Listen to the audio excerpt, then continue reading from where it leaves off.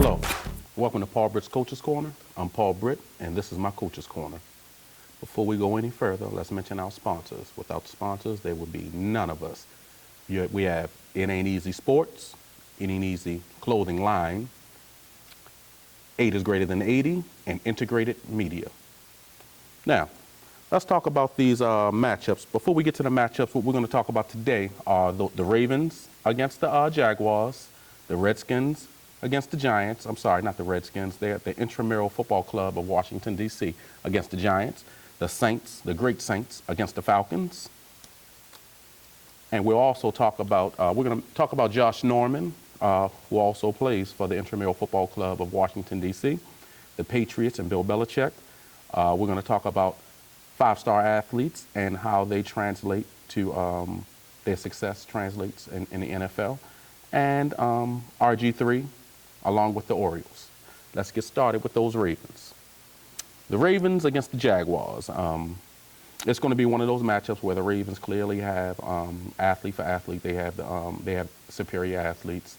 The coaching staff, inferior coaching with the Ravens, inferior coaching with the Jaguars. So that's sort of like a toss-up.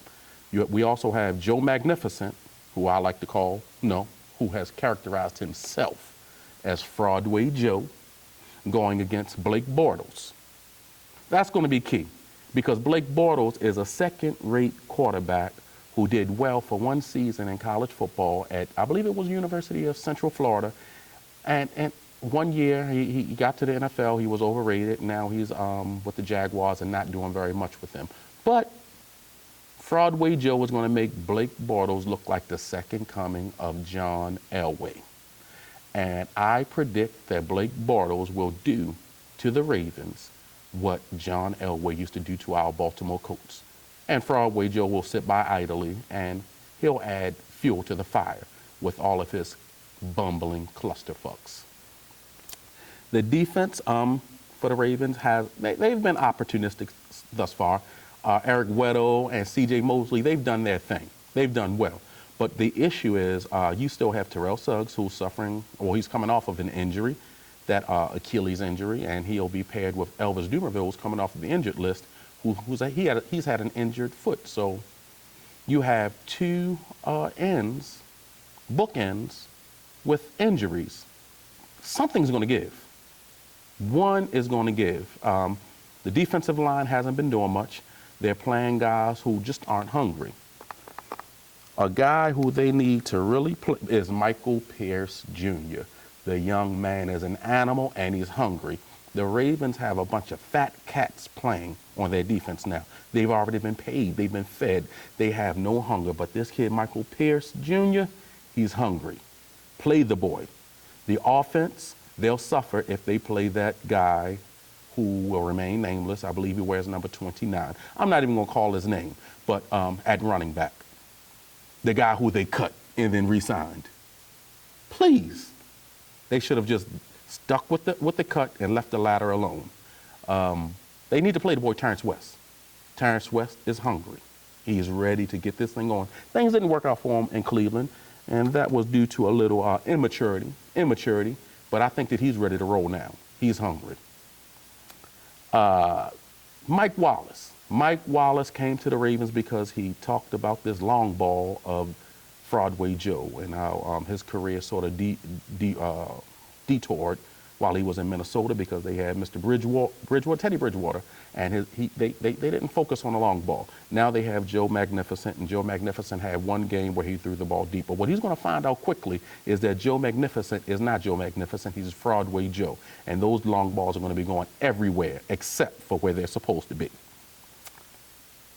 My prediction, and Flacco's going to have trouble with the rookie. He doesn't seem to do well against rookies. The rookie in the cornerback for the Jaguars, Kamala Correa, I think he's going to get a pick, maybe even a pick six if you're talking about Joe Magnificent. So my prediction, Joe Bortles will look like the second coming of John Elway. He's going to go back and forth, but the Ravens just have a little ammunition. John Hardboiled, he's going to try to mess this up. But Even he won't be able to get in the way with the Ravens squeaking by 17-16. And another prediction will be Ravens fans at the Sinai ER with heart conditions. The Intramural Football Club of Washington, D.C. against the Giants. Eli Manning's going to outclass Kirk Cousins. Can't blame RG3 anymore. It's that fraud Gruden. Odell Beckham will outclass Josh Norman. D'Angelo Hall, with his depleted skills, which is why they put him at safety, so that they can get some bang for their buck. He's going to be exposed also, because not only is there Odell Beckham, Victor Cruz is back. And he's going to salsa all up and down the field against those bums. Deshaun Jackson, he's a great receiver for the Intramural Football Club of Washington, D.C., but he does not have anyone to throw the ball to him because, again, they have a second-rate quarterback. Jay Gruden, that counterfeit, as I just stated, he's going to be outclassed by the rookie head coach of the Giants. They're going to lose. They're going to lose big. The Giants are going to beat them 31-16.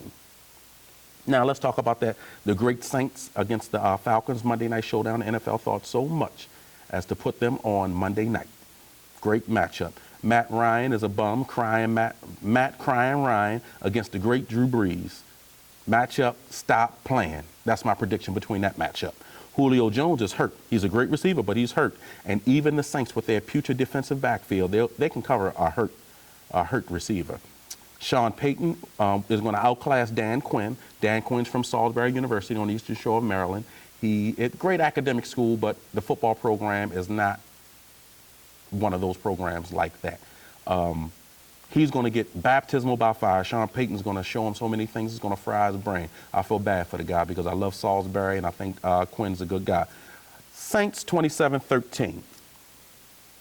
Josh Norman. Okay, now we're going to talk about Josh Norman. Josh Norman's play was so putrid last week that the NFL felt as though they needed to urine test this guy. They thought he was high on the field during the game. That's bad. Josh Norman, get your life right. Bill Belichick and the Patriots, he's the best coach in the league. It's not Tom Brady, it's the system. It's not Tom Brady, because even the third string quarterback, he fried them, and he's out at University of Florida. He wasn't a first-round pick. He fried the Texans last week. The Patriots, Coach Belichick, he thought so much. He's such a thinker. He did the obvious. You take away J.J. Watt. You take away, what's my guy's name? J.J. Watt. And the receiver, what's his name? What? DeAndre Hopkins. Take away DeAndre Hopkins, and then the whole team fell apart. It's not rocket science. You take away the best parts, and the rest of it will fall. I did a little research about five-star athletes. Buffalo Bills has the most five-star athletes coming out of high school, and it sort of explains their lack of success. That's because they have pacified athletes, along with the coaching staff, who have benefited from playing against inferior competition. So five-star athletes, I don't think they translate well to the NFL because everyone works hard in the NFL. You're not going to get over by just your athletic ability. All right? And the Orioles will not make the playoffs. That's my prediction. They are not built for October. They're built for the summer months. When you have home run hitting, that's not going to translate well in October because when the weather changes, so does the trajectory of the ball. The Orioles will not make the playoffs. 5 questions. Mike Hill would like to know, will the Ravens win the NFC North? Hell no. Kendall Goodrich would like to know, are the Ravens capable of winning it all? Not with the guys they have there. So the answer to that is hell no.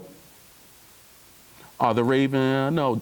John Stanley would like to know, will the Ravens sign Tim Tebow? I would pray that they wouldn't do something so stupid. I would pray that they wouldn't, but I wouldn't put anything past them. Our guy, John Hardboiled, he may think that could be the coup of the century when it would be the clusterfuck of the century. All right. Landon Saunders, this is not a question. He agrees that the Monday night showdown between the Saints and the Falcons will showcase the best quarterback in the league, Drew Brees. Thank you, Landon Saunders. You're finally getting your mind right. And number 5, why are the Saints 0-2? The Saints are 0-2 because of tough competition, And the Saints are sort of like a diesel engine. They start off slow, and then they get to moving. A chugga, chugga, chugga, chugga, chugga, chugga, chugga, chugga, chugga. And then they'll be in the playoffs, representing the NFC South. You heard it from me, Paul Britt, for today's airing of Paul Britt Coach's Corner, and we're out.